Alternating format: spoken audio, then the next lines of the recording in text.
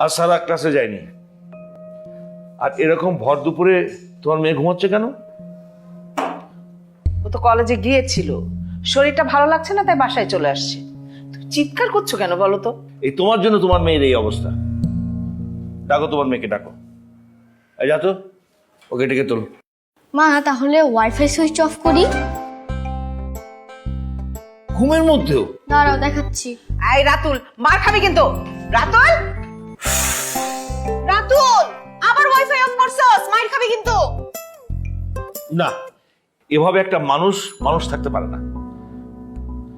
কিছু একটা না করলে তো আমার একটা কিছু করতেই হবে, তা না হলে কিন্তু। তাহলে কি আপু ভুল মানুষ বনে চলে যাবে? রাতুল,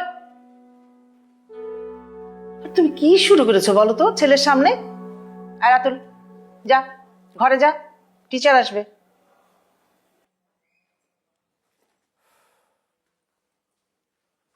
ডাকো তোমার মেয়েকে, ডাকো।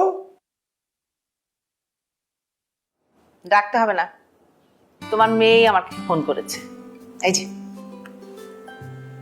তোমার মেয়ের এসব কীর্তিকলাপ দেখতে দেখতে ছেলেটাও দুদিন পর নষ্ট হয়ে যাবে। শোনো, মঞ্জুকে আমি বলে দিয়েছি ওরা শুক্রবার সারাকে দেখতে আসবে।